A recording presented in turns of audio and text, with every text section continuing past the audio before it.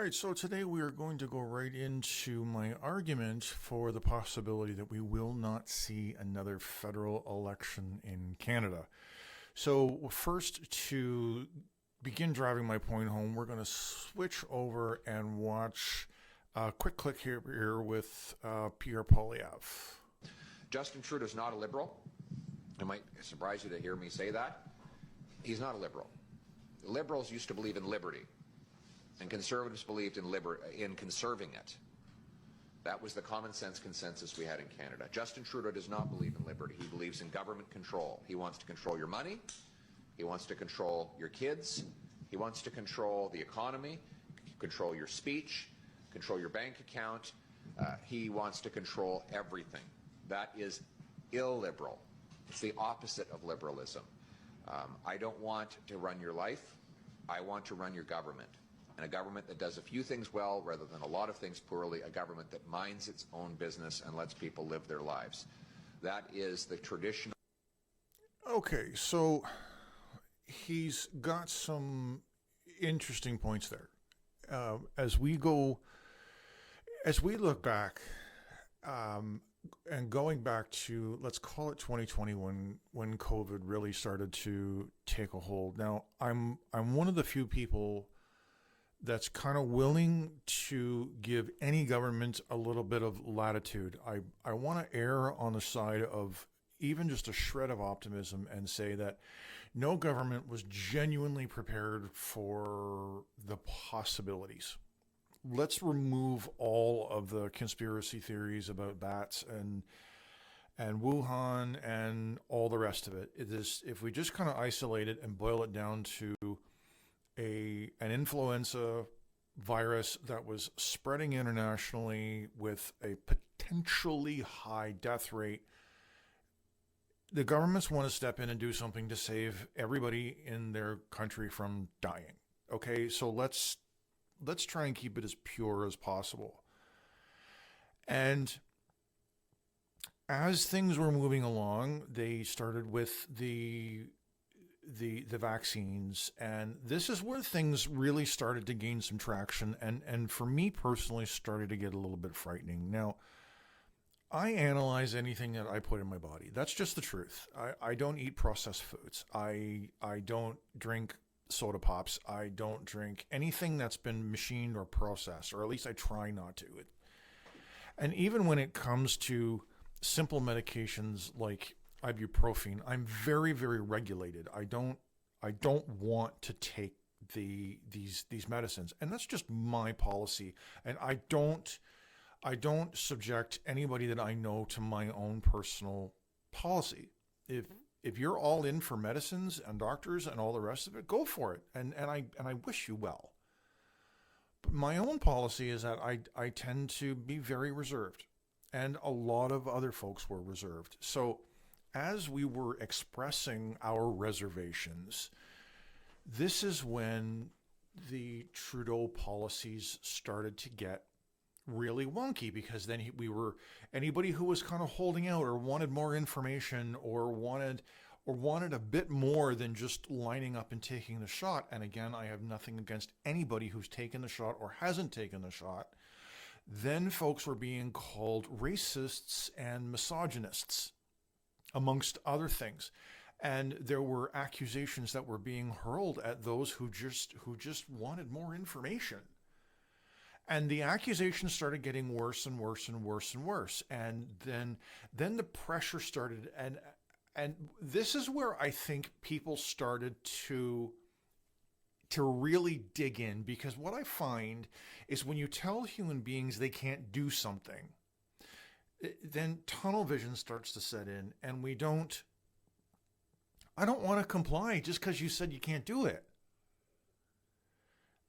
And you know what I mean? And so as the government was saying, well, you're not going to be able to go shopping, and you're not going to be able to go to a doctor, and you're not going to be able to work, and you're not,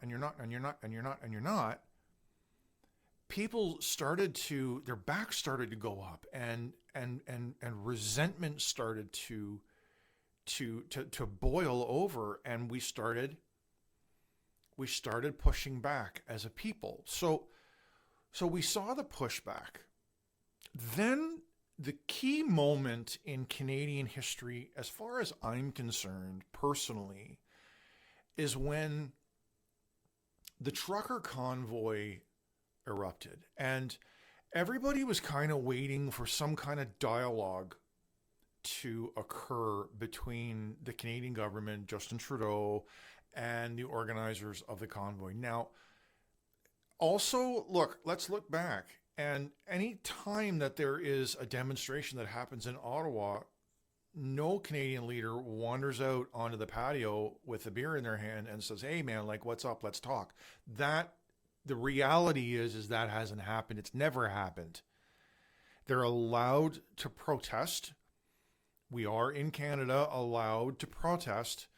But has that protest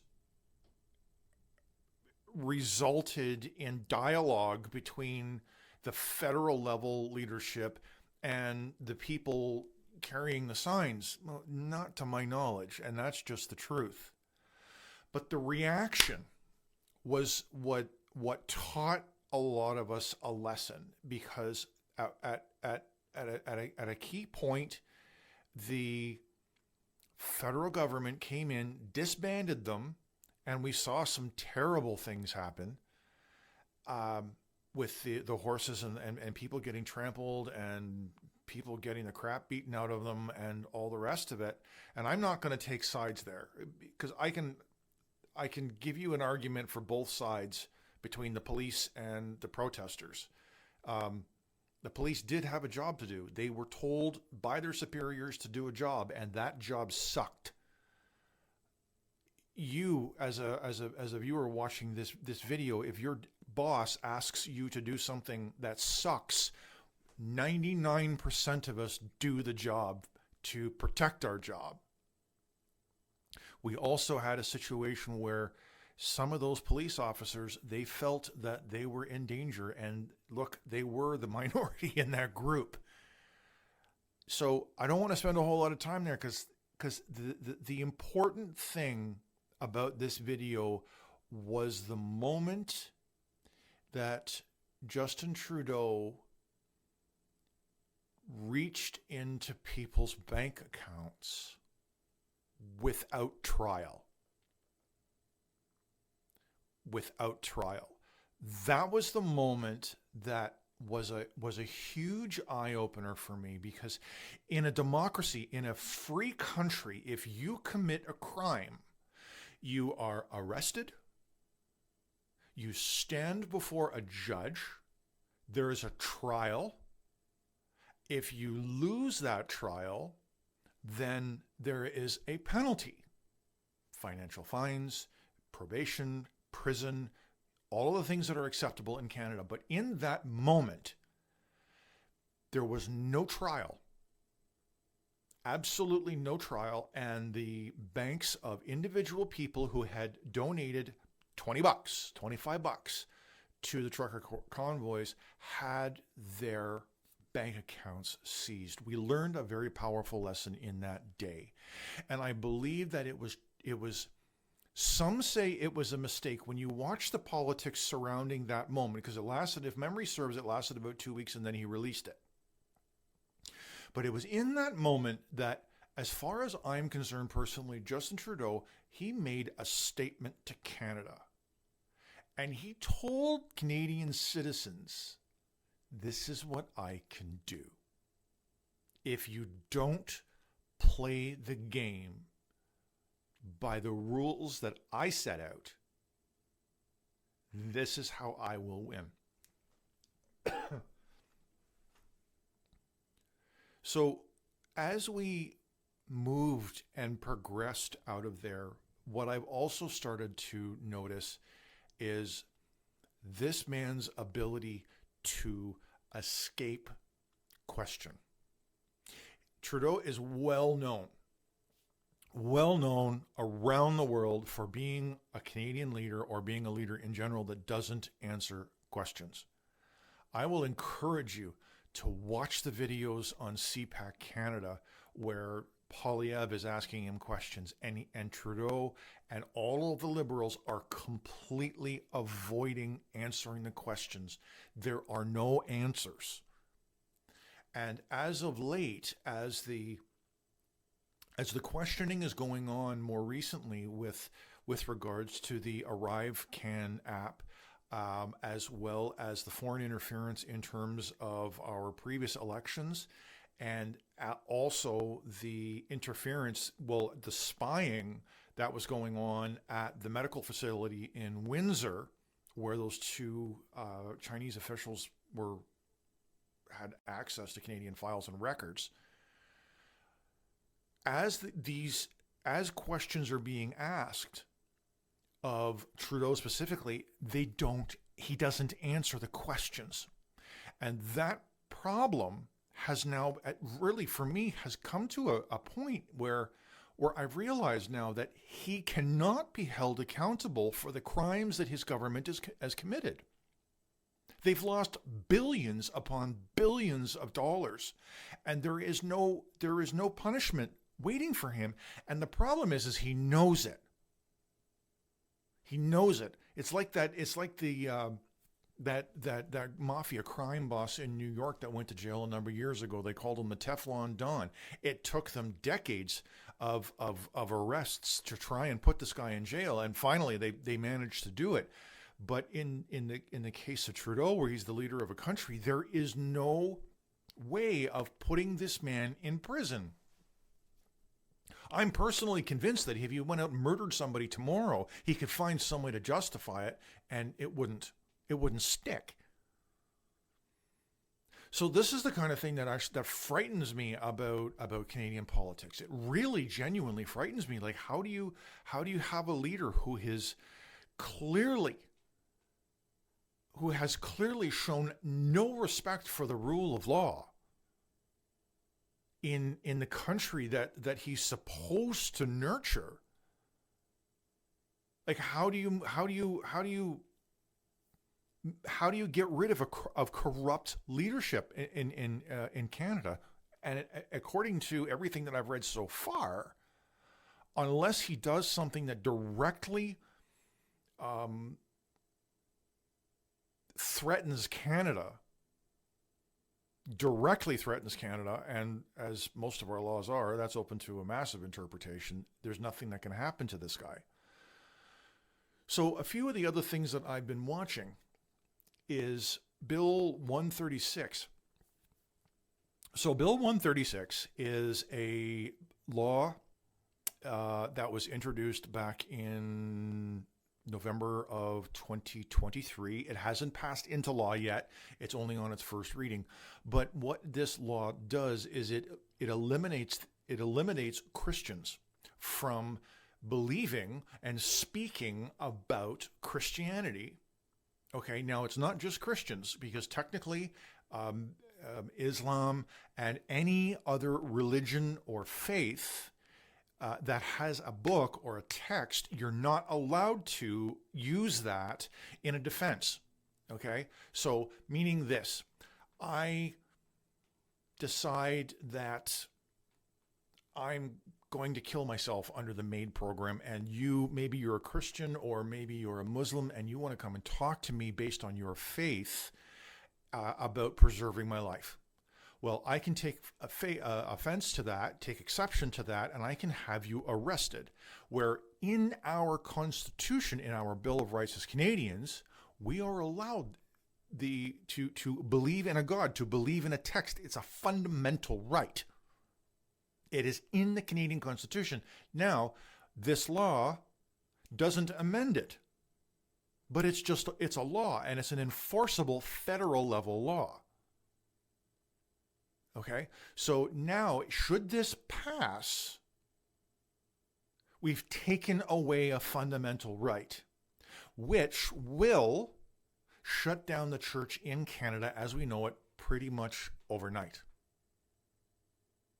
Okay, so moving forward from that is Bill C-63. Now, Bill C-63, if you follow politics at all, is without question the most terrifying, draconian law ever drafted in the free world. And that's not my words.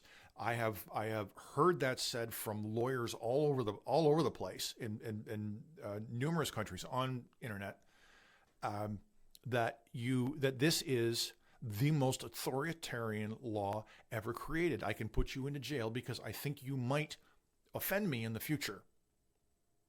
That's one of the key talking points about this law.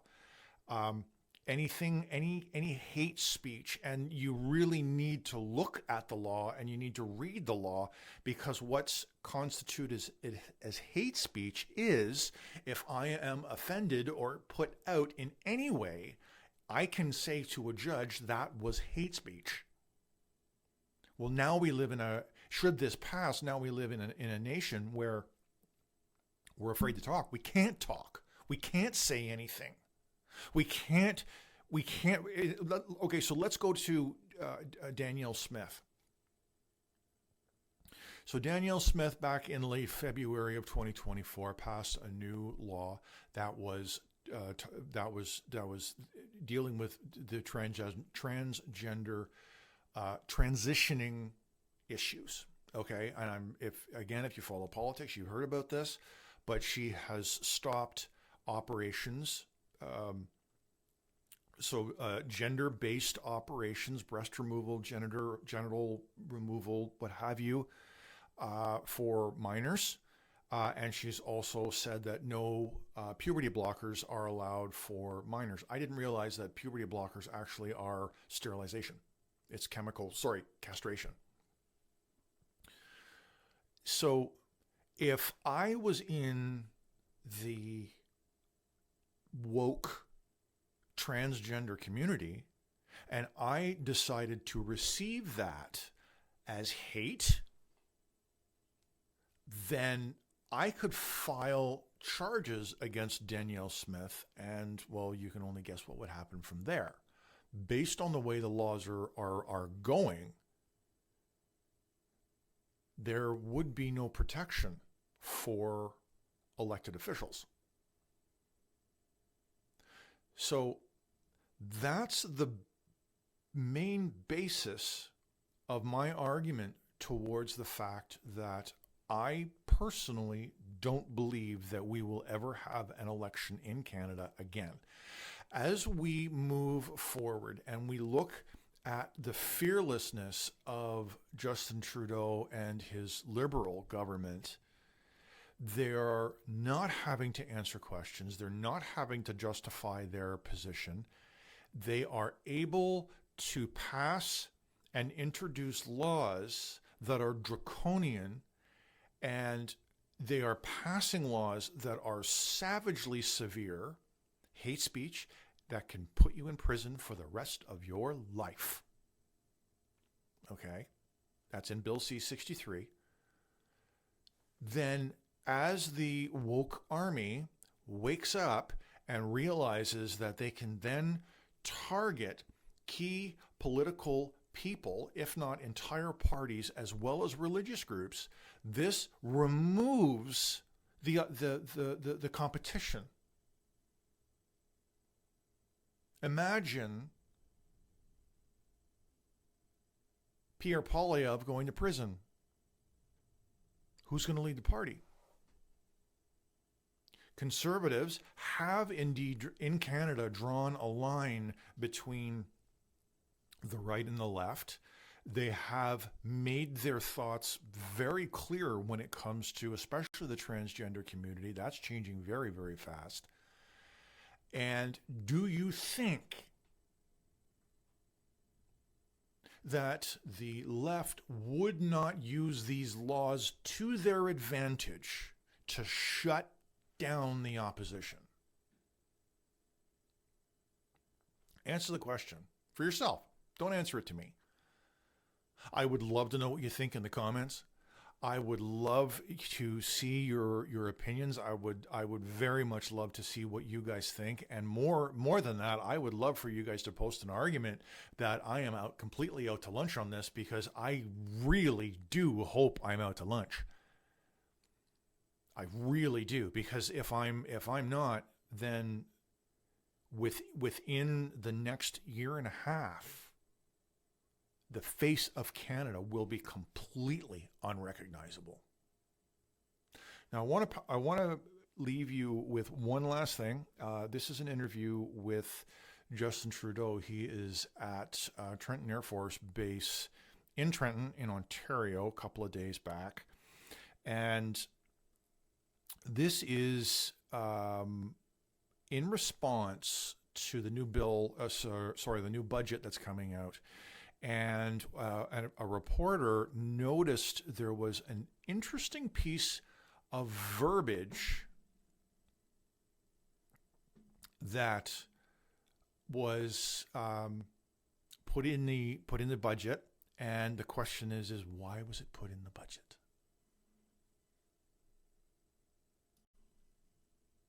Can change in 5 years for your government. It was buying the F-35. You're trying to project future threats. One of the things I noticed in the document, and then there was no follow-up on, so I'm hoping to find out what it's about, was the Canadian Armed Forces helping domestic law enforcement in Canada. What does that involve? Happy to turn to Minister Blair for that. Bill. He's an expert in both. We've done a bit of both. First of all, in the National Defence Act, one of the responsibilities of the Canadian Armed Forces, in addition to all of the extraordinary work and challenges that we place before them, is to be there when required to assist what we call civil authority. And so that legislation, we need to have that capacity. We also, I think it's important to acknowledge, we've called upon the Canadian Armed Forces many times over the past 3 years to help Canadians respond to wildfires, for floods, for hurricanes. When Canadians needed someone to come to their rescue, we turn to the Canadian Armed Forces, and I have to ensure that they have the capability to continue to be there for Canadians, and at the same time we also have to acknowledge that when we call upon them to do that, it can take them away from other training opportunities or other deployments.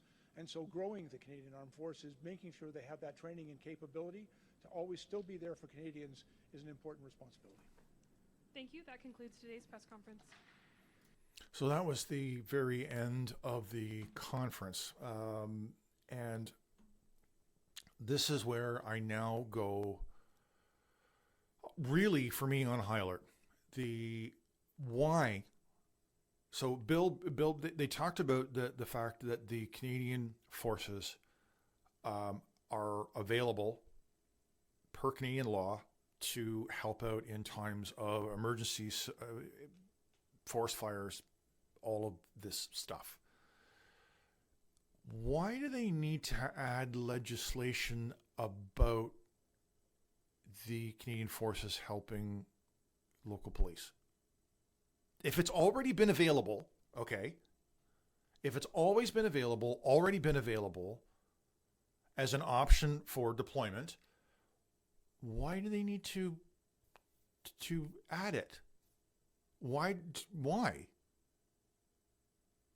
And you see, this is what frightens me, because Bill C-63 was originally put together as the Online Harms Act. So we want to protect our children, and understand me so clearly. Please understand me clearly. We need to protect our kids online at all costs. The internet can be the creepiest, nastiest place that you can imagine. We know that. Protect the kids. But when they drafted Bill C-63, they snuck in these things. It's not just if you try and lure a kid away from home into somebody's garage because you're going to molest them, you're going to go to jail for 30 years. They could have made some very, very simple changes to the criminal code, but unfortunately they don't even do that. But so instead of strictly looking after children and online harms, they started adding all of this stuff, and they hide it. And then if you raise your voice about it and you say, hey, no, wait a minute, what's all this about? Then you're accused of not supporting the kids. This is how it all gets twisted. And then you're labeled a misogynist, or you're labeled a pedophile, or you're labeled this or that or this or that, because you've been wondering what the real agenda is that's been completely wrapped with something else.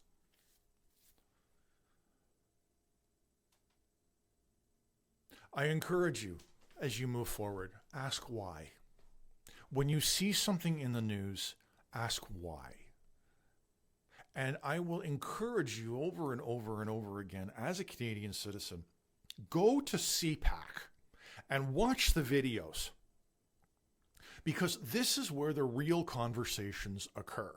When you want, even stuff that I've shown you, okay, it's a clip of something, and I might have taken that clip out of context. Now, in my case, I encourage you to check everything that I have, because I am doing my best to stay in context. But when you watch the CBC or CTV, you watch any of these major online news outlets, and by the way, I don't care what brand of news you're watching, whether it is considered liberal news like the CBC or conservative news like Rebel, they all do it. They're all working on their own agenda. So I encourage you to go to the source. Okay? Just a quick pro tip here. Down in the bottom corner of a lot of videos right here, you'll see CPAC. That's where news agencies got their videos from. Go to CPAC and watch the videos for yourself. Like and subscribe to the video if you think I've earned it. I hope that I am wrong, and I do hope that you're going to engage in the debate below in the comments. Have a great day. Thanks, guys.